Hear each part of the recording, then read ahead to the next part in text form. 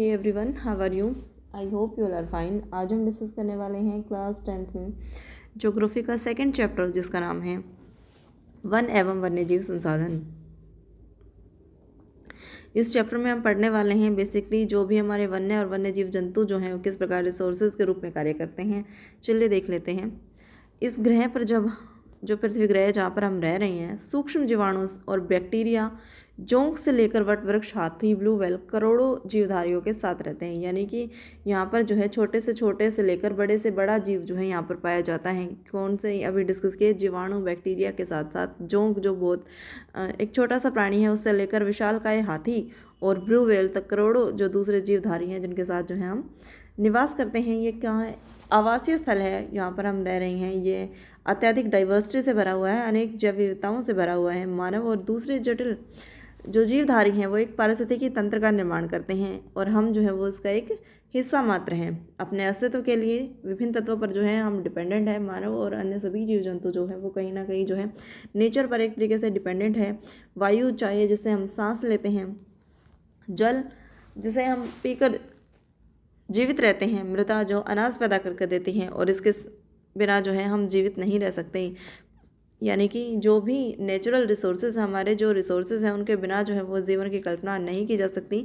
चाहे वो वायु हो, जल हो अथवा अनाज हो, इस मृदा से जो है ये सभी हमें प्राप्त होते हैं अनाज। इसके बिना जीवन की कल्पना नहीं की जा सकती। पौधे, पशु, सूक्ष्मजीवी इनका जो है वो दोबारा सर्जन करते हैं। यानी कि जो ये छोटे छोटे की जीव जंतु हैं, कीटाणु हैं, ये क्या करते हैं? एक तरीके से पुनः सर्जन करते हैं। सूक्ष्मजीवी वन पारिस्थितिकी तंत्र में महत्वपूर्ण भूमिका निभाते हैं क्योंकि ये प्राथमिक उत्पादक है जिस पर सभी जीव जो हैं वो एक तरीके से निर्भर हैं। भारत में वनस्पति जात और प्राणी जात, यदि हम आसपास नज़र दौड़ाएंगे तो हमें पाएंगे कि कुछ ऐसे प्राणी और पौधे हैं जो आपके क्षेत्र में ही देखने को मिलते हैं। यानी कुछ स्पेसिफिक एरिया जो हैं जहाँ पर ये जीव जंतु और पेड़ पौधे जो हैं वो पाए जाते हैं। केवल उनके लिए कुछ विशेष कंडीशन है जहाँ पर ये उत्पन्न होते हैं। इसके अलावा जो है वो सभी पार्ट में देखने को नहीं मिलते। इंडिया अलग अलग डाइवर्सिटी से भरा हुआ है। कुछ स्पेशल एरिया जो है वो इनके लिए डिसाइडेड हैं जहाँ पर ये पाए जाते हैं। वास्तव में भारत जो है वो एक जैव विविधता से भरा हुआ राष्ट्र है। विश्व के समृद्ध राष्ट्रों में से एक है। यहाँ विश्व की सारी जैव उपजातियों की लगभग 8% संख्या जो है वो यहाँ पर पाई जाती है। ये सभी खोजी जाने वाली उपजातियों के 2 या 3 गुणा हैं। आप पहले से ही भारत में पाए जाने वाले वन वन्यजीव संसाधन और क्षेत्रफल के बारे में डिस्कस कर चुके हैं। आपने सोचा होगा कि संसाधनों का आपके दैनिक जीवन में क्या महत्व है। ये विविध वनस्पति जात और प्राणी जात हमारे हर रोज़ के जीवन में इतने गुथे हुए हैं कि हम इनकी कदर नहीं करते, परंतु पर्यावरण के प्रति असंवेदना के कारण पिछले कुछ समय से इन संसाधनों पर भारी दबाव बढ़ा है। इंडिया बेसिकली डाइवर्सिटी से भरा हुआ राष्ट्र है। यहाँ पर बहुत सारे विश्व की तुलना में जो है ज़्यादा जो है उपजातियाँ और प्रजातियाँ, पेड़ पौधों और वनस्पतियों और जो हमारे जीव जंतु हैं यहाँ पर इनके देखने को मिलती हैं डाइवर्सिटी। लेकिन इसका नेगेटिव इम्पैक्ट ये है कि यहाँ पर जो रिसोर्सेज पाए जाते हैं उसका जो है अंधाधुंध प्रयोग जो है वो किया जा रहा है। अत्यधिक नेचर का, प्रकृति का जो है शोषण किया जा रहा है, जिसके कारण जो डाइवर्सिटी है वो लगातार विलुप्त होती चली जा रही है। वन्य जीव और वन्य संसाधन पर जो है लगातार खतरा मंडरा रहा है। भारत में वन्य और वन्य जीव का संरक्षण किस प्रकार हो रहा है? अभी हमने डिस्कस किया किस प्रकार जो है इतनी सारी डाइवर्सिटी हैं तो उनका किस प्रकार रिजर्व किया जाता है। वन्य जीवन वनों में गति तेजी से हो रहे ह्रास के कारण इनका संरक्षण जो है वो काफ़ी आवश्यक हो जाता है। परंतु हमें वनों और वन्य जीव का संरक्षण करना इतना आवश्यक क्यों है? संरक्षण से पारिस्थितिकी विविधता जो है बनी रहती है। इसके लिए हमारे जीवन साधे जो हैं जलवायु, मृदा बने रहते हैं। यह विभिन्न जातियों में बेहतर जनन के लिए वनस्पति और पशुओं के जीन्स विविधता को संरक्षित करते हैं। उदाहरण के लिए हम कृषि में अभी भी पारंपरिक फसलों पर निर्भर हैं। जलीय जैव विविधता मोटे तौर पर मछली पालन बनाए रखने पर निर्भर है। यानी कि एक तरीके से बात की जाए तो इसमें बात की जा रही है कि किस प्रकार जो है वन्य जीव और वन्य संरक्षण इम्पोर्टेंट है।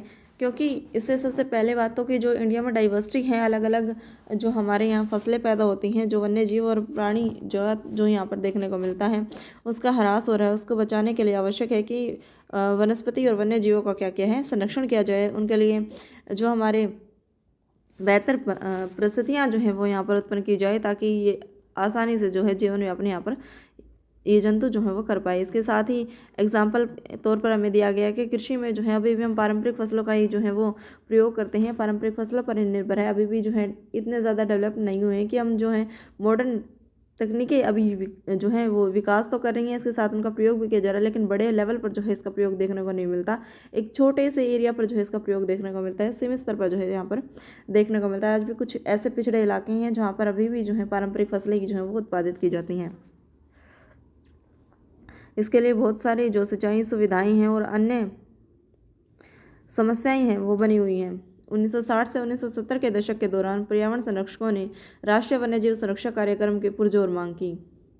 1960 और 70 के दशक में हमने देखा कि पर्यावरण संरक्षण के लिए जो है एक राष्ट्रीय वन्यजीव सुरक्षा कार्यक्रम की मांग जो है वो लगातार की जाने लगी। इसके लिए जो है 1972 के अंदर जो है भारतीय वन्यजीव रक्षण अधिनियम जो है वो लागू कर दिया जाता है, जिससे वन्यजीवों के आवास और उनके रक्षण के लिए कुछ प्रावधान किए गए थे। सारे भारत में रक्षित जातियों की सूची जो है एक लिस्ट बनाई गई, जिसके तहत इस कार्यक्रम के द्वारा जो है संकटग्रस्त जातियां जो हैं, जो जातियां जो हैं प्रजातियां हमारी पेड़ पौधों, इसके साथ ही जो हमारे जीव जंतु हैं वो विलुप्त होते जा रहे हैं, उनकी सूची जो है वो तैयार की जाती है ताकि इनका बचाव जो है वो किया जा सके। इनका शिकार पर जो है प्रतिबंध लगाया जाता है। वन्यजीव आवासों का कानूनी रक्षण और जंगली जीवों के व्यापार पर रोक लगाने से लेकर अनेक प्रबल जो हैं वो प्रावधान इसके अंदर किए गए हैं। तत्पश्चात केंद्रीय सरकार और राज्य सरकारों ने क्या किया, राष्ट्रीय उद्यान और वन्यजीव पशु विहार जो है स्थापित किए, यानी कि इसके बाद जो है जो हमारे वाइल्ड लाइफ सेंचुरीज जो हैं वो यहाँ पर स्थापित की जाती हैं। पशु और वन्य जीवों के लिए जो है यहाँ पर सेंचुरीज यहाँ पर स्थापित कर दी जाती हैं, जिनके बारे में हमने पहले भी डिस्कस किया है। केंद्र सरकार ने कई परियोजनाओं की घोषणा की, जिसका उद्देश्य क्या है, गंभीर खतरे में पड़े कुछ विशेष वन्य प्राणियों को संरक्षण करना था। इसमें कौन कौन से एग्जाम्पल हैं? इन प्राणियों में मुख्यतः बाघ, एक सींग वाला गेंडा, कश्मीरी हिरण, हंगुल, 3 प्रकार के मगरमच्छ, स्वच्छ जल मगरमच्छ, लवणीय मगरमच्छ और घड़ियाल, एशियाई शेर, अन्य प्राणी जो है वो इंक्लूड हैं। ये सभी जो हैं वो संकट प्राय जो है वो देखने को मिले। इसके अतिरिक्त कुछ समय पहले ही भारतीय हाथी, काला हिरण, चिंकारा, भारतीय गोंडवान और हिम तेंदुआ आदि के शिकार व्यापार पर संपूर्ण और आंशिक प्रतिबंध लगाकर कानूनी रक्षण किया है। यानी कि जो हमारे जीव जंतु हैं यहाँ पर इन्हें शिकार के माध्यम से जो है किस प्रकार इनका शोषण किया जा रहा है, इन पर अत्याचार किए जा रहे हैं, उसको रोकने के लिए गवर्नमेंट जो है वो 1972 में कानून लाती है। उसके द्वारा जो है जीव जंतुओं को जो है एक तरीके से संरक्षण प्रदान किया जाता है। एक लिस्ट के द्वारा जो है ये डिसाइड किया जाता है कि कौन कौन सी प्रजातियां जो हैं वो विलुप्त होने के कगार पर हैं और उन्हें किस प्रकार संरक्षित किया जाए। इसके लिए सेंट्रल गवर्नमेंट और राज्य सरकारें जो है वो आपस में मिलकर क्या करती हैं, सेंचुरीज स्थापित करती हैं, राष्ट्रीय उद्यान, नेशनल पार्क जो है वो लगाती हैं।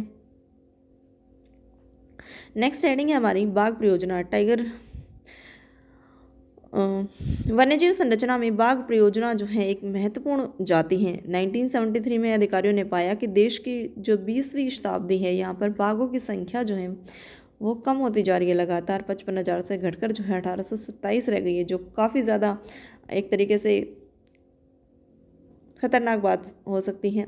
बाघों को मारकर उनका व्यापार के लिए चोरी करना, इसके स्थान पर आवासीय स्थलों को सिकुड़ना, भोजन के लिए और आवश्यक जंगली उपजातियों की संख्या का कम होना, जनसंख्या में वृद्धि बाघों की घटती संख्या के प्रमुख कारण हैं। अभी हमने डिस्कस किया कि किन कारणों से जो है बाघों की संख्या जो है वो लगातार घट रही है। इसमें उन्होंने बताया कि किस प्रकार जो है व्यापार के लिए जो उनकी चोरी की जाती है, हत्या की जाती है बाघों की, और उन्हें अलग अलग जो है स्थानों पर भेजा जाता है। जनसंख्या में वृद्धि बाघों की घटती संख्या के मुख्य कारण है।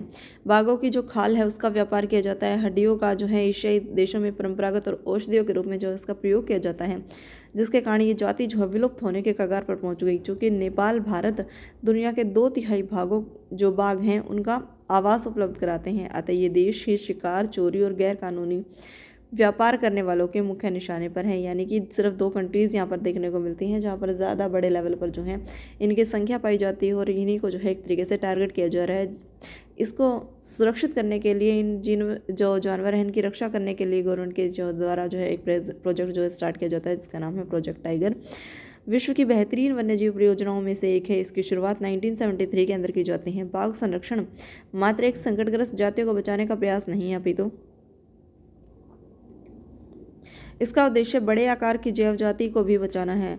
उत्तराखंड में जो है जिम कॉर्बेट नेशनल पार्क, पश्चिम बंगाल की अगर हम बात करें तो यहाँ पर सुंदरवन राष्ट्रीय उद्यान है, जो मध्य प्रदेश हमारा इलाका है यहाँ पर बांधवगढ़ राष्ट्रीय उद्यान है, राजस्थान में सरिस्का वन्य पशु जो जीव पशु विहार है, असम में मानस टाइगर रिजर्व है, केरल में पेरियार टाइगर रिजर्व है, भारत में बाघ संरक्षण की परियोजनाओं के प्रमुख उदाहरण है। यानी कि इंडियन गवर्नमेंट के द्वारा और स्टेट गवर्नमेंट के द्वारा इसके लिए प्रॉपर जो है वो कदम उठाए गए हैं, जिसके द्वारा जो है यहाँ पर नेशनल पार्क भी स्थापित किए हैं, जिसके अंदर राष्ट्रीय और राज्य सरकारें जो है वो इनको संरक्षण प्रदान करती हैं। आजकल संरक्षण परियोजनाएं केवल जैव विविधताओं पर केंद्रित होती हैं, न कि विभिन्न घटकों पर। संरक्षण के विभिन्न तरीकों की गहनता से खोज की जा रही है। संरक्षण नियमों में कीटों को भी महत्व मिला है। वन्यजीव अधिनियम 1980 और 1986 के तहत तितलियाँ, पतंगे, भृंग, ड्रैगन फ्लाई को भी जो है संरक्षित जातियों में शामिल कर लिया गया है। 1991 के अंदर पौधों में 6 जातियाँ पहली बार इस सूची में रखी गई। यानी कि संरक्षण केवल बड़े जीव जंतुओं को ही प्रावधान नहीं किया जा रहा है, इसके लिए अलग जो है प्रावधान किया जा रहा है। 1980 और 86 के अंदर क्या है, एक नए कॉन्सेप्ट के तहत जो है तितली, जो हमारे जो छोटे छोटे कीट पतंगे हैं, उनको भी जो इसमें शामिल कर लिया गया है। 1991 के अंदर 6 जातियाँ इसमें शामिल कर ली गई हैं। नेक्स्ट हेडिंग हमारी वन्य और वन्यजीव संसाधनों के प्रकार और वितरण। यदि हम वन्य और वन्यजीव संसाधनों को संरक्षित करना चाहें तो उनका प्रबंधन, नियंत्रण, विनिमय अत्यंत कठिन हो जाता है। भारत में अधिकतर वन्य और वन्यजीव डायरेक्ट रूप से सरकार के अधिकार क्षेत्र में है या वन विभाग के अथवा अदर विभागों में जो है ये सरकार के प्रबंधन में देखने को मिलते हैं। इन्हें अलग अलग जो पार्ट है वो डिवाइड कैसे किया गया है, चलिए देखते हैं। फर्स्ट हमारा आरक्षित वन। देश के मैक्सिमम जो आधे से ज़्यादा जो वन क्षेत्र हैं वो कैसे हैं, आरक्षित वन क्षेत्र उन्हें घोषित किया गया है। जहाँ तक वन्य और वन्य प्राणी जीव के संरक्षण की बात है तो यहाँ पर सर्वाधिक आरक्षित वनों को जो है सर्वाधिक मूल्यवान माना जाता है। नेक्स्ट है हमारी हेडिंग रक्षित वन। वन विभाग के अनुसार देश के कुल वन का 1/3 हिस्सा जो है यहाँ पर शामिल है और इन वनों को नष्ट होने से बचाने के लिए जो है यहाँ पर रक्षित नाम से जाहिर है, यहाँ पर इनकी सुरक्षा करने के लिए जो है इस वर्ग में बांटा गया है। नेक्स्ट हेडिंग है हमारी अवर्गीकृत वन। इसमें सभी प्रकार के वन पाए जाते हैं जो बंजर भूमि, जो सरकार, व्यक्ति, समुदाय सभी के स्वामित्व में जो है वो एक तरीके से सभी इसमें स्वामिकृत होते हैं। इसके साथ ही अवर्गीकृत जो है वन नहीं कहा जाता है, यानी किसी भी एक का जो है वो इसमें पूर्ण अधिकार वो यहाँ पर देखने को नहीं मिलता। स्वामित्व जो वो अलग अलग पार्ट में डिवाइडेड है, व्यक्ति, समुदाय और सरकार के बीच में। आरक्षित और रक्षित वन ऐसे वन क्षेत्र है जिनका रख रखाव इमारतें, लकड़ी और वन्य पदार्थों और उनके बचाव के लिए जो है वो किया जाता है। यानी कि ऊपर हमने डिस्कस किया था जो फर्स्ट और जो सेकंड हमारे पॉइंट है आरक्षित और रक्षित वन, इनका यूज़ जो है बेसिकली कहाँ पर किया जाता है, रख रखाव इमारती लकड़ी के लिए। और इसके साथ साथ मध्य प्रदेश में वन जो स्थायी वन है उनका एरिया जो है सबसे ज़्यादा देखने को मिलता है, जो कि कुल क्षेत्र का 75% है। इसके अतिरिक्त जम्मू कश्मीर, आंध्र प्रदेश, उत्तराखंड, केरल, महाराष्ट्र, तमिलनाडु, पश्चिम बंगाल में भी जो है इसका काफ़ी बड़ा इलाका हमें देखने को मिलता है जो कि आरक्षित वनों का है। जबकि अगर हम बात करें हरियाणा, बिहार, पंजाब, हिमाचल प्रदेश और उड़ीसा की और राजस्थान की, तो यहाँ पर जो है रक्षित वनों का ज़्यादातर आंकड़ा जो है वो हमें उपलब्ध होता है। पूर्वोत्तर के सभी राज्य, गुजरात में अधिकतर वन क्षेत्र के अवर्गीकृत वन है और स्थानीय समुदायों के प्रबंधन में है। नेक्स्ट हेडिंग है हमारी समुदाय एवं वन रक्षण। वन संरक्षण की नीतियां हमारे देश में कोई नई बात नहीं है। आमतौर पर इस बात से अनजान है हमारे वन देश में कुछ मानव प्रजातियों के आवास भी हैं। भारत के कुछ स्थान तो जो क्षेत्र है हमारे वो स्थानीय समुदाय, सरकारी अधिकारियों के साथ मिलकर आवास स्थलों के संरक्षण में जुटे हुए हैं, क्योंकि इसी से ही दीर्घकाल की जो आवश्यकताएं हैं वो पूर्ति हो सकती हैं। सरिस्का टाइगर रिजर्व जो राजस्थान में है, यहाँ के गांव के लोग जो है वन्य जीव संरक्षण अधिनियम के तहत वहाँ से खनन कार्य बंद कराने के लिए संघर्षरत हैं।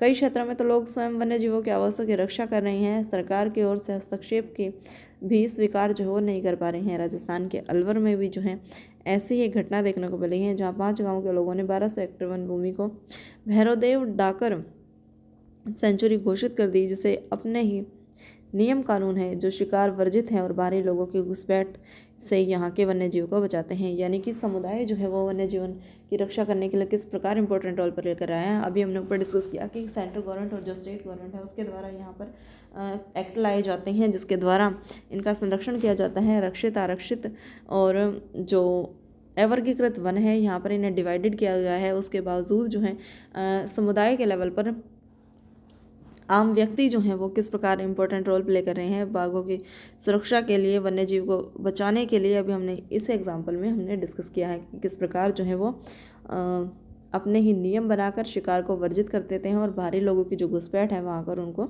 एक तरीके से रोकते हैं। यहाँ पर स्थानीय सरकार के साथ मिलकर जो है ये कार्य करते हैं और इस वन्य जीवों के लिए इसके अगेंस्ट जाने से भी इन्हें परहेज नहीं है। यानी कि इनका पहला उद्देश्य की अगर हम बात करें तो वो क्या है, वन्य और वन्य जीव का संरक्षण है। पवित्र पेड़ों की झुरमुट विविध और दुर्लभ जातियों की संपत्ति। प्रकृति की पूजा सदियों से ही जनजातीय विश्वास हैं जिनका आधार है कि प्रकृति के हर रूप की रक्षा करना। इन्हीं विश्वासों ने विभिन्न वनों को मूल और कौमार्य रूप से बचा कर रखा है। इन्हें पवित्र पेड़ों को देवी देवताओं के वन यानी झुरमुट वन के नाम से भी जाना जाता है। वनों के बड़े भागों में स्थानीय लोग घुसते ही न ही किसी के साथ छेड़छाड़ करने देते हैं।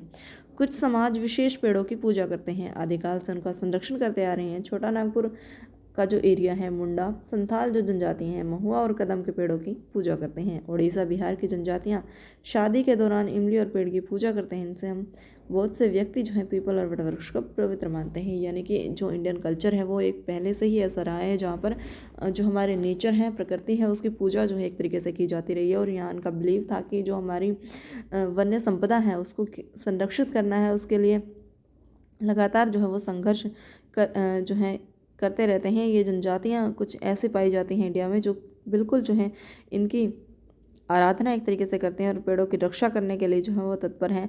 छोटा नागपुर क्षेत्र, मुंडा और संथाल जनजातियाँ जो हैं यहाँ पर जो कदम का पेड़ है उसकी एक तरीके से पूजा करते हैं। उड़ीसा बिहार में भी हमने डिस्कस किया। इसी तरह से अलग अलग जो वृक्ष पाए जाते हैं उनको जो है पवित्र माना जाता है।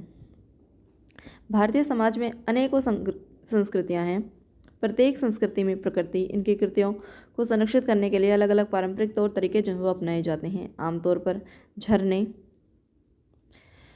पहाड़ी चोटियाँ, पेड़, पशुओं को पवित्र मानकर उनका संरक्षण जो हो किया जाता था। आप मंदिरों के आसपास बंदर, लंगूर को पाएंगे। उपासक उन्हें खिलाते पिलाते हैं। मंदिरों के पास जो भक्त अनगिनत लोग जो है वो आते रहते हैं। राजस्थान में बिश्नोई गांव के आसपास आप काले हिरण, चिंकारा, नील गाय और मोरों के झुंड देख सकते हैं जो वहाँ के समुदाय का अभिन्न हिस्सा है और कोई वहाँ उनको नुकसान नहीं पहुँचा सकता है। यानी कि इंडिया का कल्चर ही ऐसा है। यहाँ पर बहुत सारे जो तौर तरीके के द्वारा जो है पूजा के माध्यम से वन्य जीव और वन्यों को जो है एक तरीके से संरक्षित किया जा रहा है। राजस्थान के इलाके की बात की जहाँ पर बिश्नोई जो गाँव है या जो समुदाय है वो क्या कर रहे हैं, किस प्रकार जो वन्य जीव जनजातियाँ हमारे काले हिरण, चिंकारा, इनको जो है घुल मिलकर जो है यहाँ पर एक तरीके से रहते हैं और समुदाय का भी हिस्सा बन चुके हैं और उनको नुकसान पहुँचाने की हिम्मत जो है यहाँ पर कोई नहीं उठा सकता है। नेक्स्ट हेडिंग है हमारी, हिमालय में प्रसिद्ध चिपको आंदोलन कई क्षेत्रों में वनों की कटाई रोकने में कामयाब नहीं रहा। अपितु यह दिखाया गया कि स्थानीय पौधों की जातियों को प्रयोग करके सामुदायिक वनीकरण अभियान के द्वारा सफल बनाया गया। पारंपरिक संरक्षण के तरीकों को पुनर्जीवित करके पारिस्थितिकी कृषि के नए तरीकों का विकास अब व्यापक हो गया है। टिहरी में किसानों का बीज बचाओ आंदोलन तथा नवोदय ने दिखाया है कि रासायनिक उर्वरकों के प्रयोग के बिना भी विविध फसल उत्पादन और आर्थिक रूप से व्यवहार्य कृषि संभव है। यानी कि वनों की कटाई को रोकने के लिए भी जो है वो लगातार कार्य किए जा रहे हैं। गवर्नमेंट भी जो है कार्य कर रही है और इसके साथ ही जो आम समुदाय हैं वो भी इसमें एक तरीके से कार्य करते हैं। इसके लिए जो है अलग अलग जो टिहरी इलाका है यहाँ पर क्या है, एक तरीके से नया आंदोलन जो वो स्टार्ट किया गया, बीज बचाओ आंदोलन। और यहाँ पर जो है फसल जो उत्पादन किया जाता है उसमें जो हानिकारक रसायन और कीटनाशक का जो है इस्तेमाल किया जाता था उसके प्रयोग के बिना भी जो है डाइवर्सिटी के जो बड़े लेवल पर जो है खाद्यान्न का उत्पादन किया जा सकता है, उस प्रकार का एग्जाम्पल हमें देखने को मिलता है ताकि आर्थिक रूप से समृद्ध बना जा सके। भारत में संयुक्त वन प्रबंधन कार्यक्रम शहरी वनों के प्रबंध पुनर्निर्माण में स्थानीय समुदायों की भूमिका के महत्व को उजागर करते हैं। औपचारिक रूप से इन कार्यक्रमों की शुरुआत 1988 में जब उड़ीसा राज्य ने संयुक्त वन प्रबंधन का पहला प्रस्ताव पारित किया। वन विभाग के अंतर्गत संयुक्त वन प्रबंधन क्षरित वनों के बचाव के लिए कार्य करता है। इसमें गांव के स्तर पर संस्थाएं बनाई जाती हैं। ग्रामीण और वन विभाग के अधिकारी संयुक्त रूप से कार्य करते हैं। जैसा कि हमने पीछे भी देखा था, उड़ीसा सरकार के द्वारा एक जो है कार्यक्रम शुरू किया जाता है जिसका नाम है संयुक्त वन प्रबंधन। संयुक्त नाम से ही जाहिर है, जहाँ पर मिलजुल कर सरकार और समाज के लोग जो है वो मिलकर ऐसी संस्थाएं बनाते हैं, इंस्टीट्यूट बनाते हैं, जिसके माध्यम से जो है ग्रामीण और वन विभाग के अधिकारी संयुक्त रूप से कार्य करते हैं। इसके बदले ये समुदाय जो है वो मध्य स्तरीय लाभ जैसे गैर इमारती वन उत्पादों के हकदारी होते हैं और सफल संरक्षण से प्राप्त इमारती लकड़ी लाभ में भी भागीदार होते हैं। भारत में पर्यावरण के विनाश और पुनर्निर्माण की क्रियाशीलताओं से सीख मिलती है कि स्थानीय समुदाय को हर जगह प्राकृतिक संसाधन प्रबंधन में शामिल करना चाहिए, परंतु स्थानीय समुदाय को फैसले लेने की प्रक्रिया में मुख्य भूमिका दे रहा भी है। अतः वे विकास क्रियाएं मान्य होनी चाहिए जो जनमानस पर केंद्रित हों, पर्यावरण हितैषी और आर्थिक रूप से प्रतिफलित हों।